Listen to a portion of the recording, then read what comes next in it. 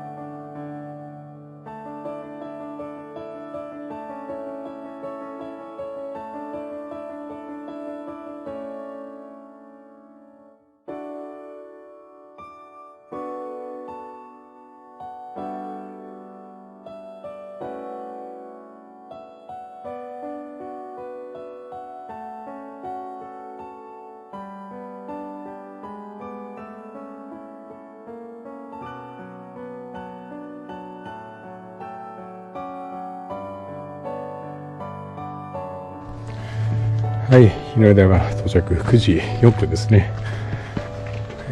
急登でしたけど、ラニヘッドトレイルね。整備が行き届いてて、迷うことはなかったですね。はい。で、正面が御嶽山、ここよりちょっと高い、御嶽神社が見えますね。あれが推し集落で、向こうは、鷹の巣とかかな。鷹の巣とか雲取方面ですね。で、こっちが川乗り方面。それと、こっち行ってみましょうか。ちょっと今日は春休みですね。気温が上がってるんで、ちょっと見通しあんまり効かないですね。かなりもやってますね。はい、こっちがいわゆる市街地、多摩の街並みかな、多摩方面で、向こうは丹沢でしょうね。はい、丹沢山が見えて、で、あれ大岳ですね。ポコッとなってるね。はい、ということで、御嶽山経由よりもちょっとね急登ですけど、こっちの方が駅からね、直登できる、1時間ちょっとでね、まあ私の足ですけど、1時間ちょっとで登れるという、結構発見でしたね。ここはトレーニングコースにしてもいいかもしれません。はい。それでは、お疲れ様でした。以上で動画は終了です。ご覧いただきありがとうございました。